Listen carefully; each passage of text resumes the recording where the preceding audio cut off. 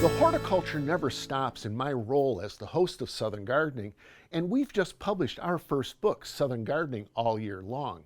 Today we're at Friendly City Books in Columbus with our first signing. I have to admit, it has been fun to be the host of Southern Gardening through the years. I've gotten to meet and talk gardening with lots of new friends. I've also had the opportunity to visit many great gardens, nurseries, and garden centers around the state. That's how the idea for the book came to be, sharing great plants for gardeners across Mississippi and the Southeast. And to tell you the truth, I've been blown away by the enthusiastic response the book has received. Now here's a couple of my favorite plants from the book. I'm a real fan of perennial salvia. Black and bloom is outstanding, and I absolutely love the deep blue flowers.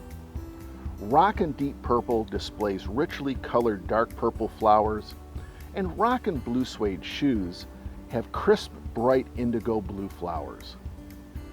Another plant I love is Confederate Rose during the prime blooming fall season. Literally hundreds of 6-inch diameter flowers are produced. On a typical day, there will be loads of flowers in varying shades of white, pink, and dark pink. Southern Gardening All Year Long is carried by many independent bookstores across Mississippi, or can be ordered directly from our publisher, the University Press of Mississippi. Okay, thanks.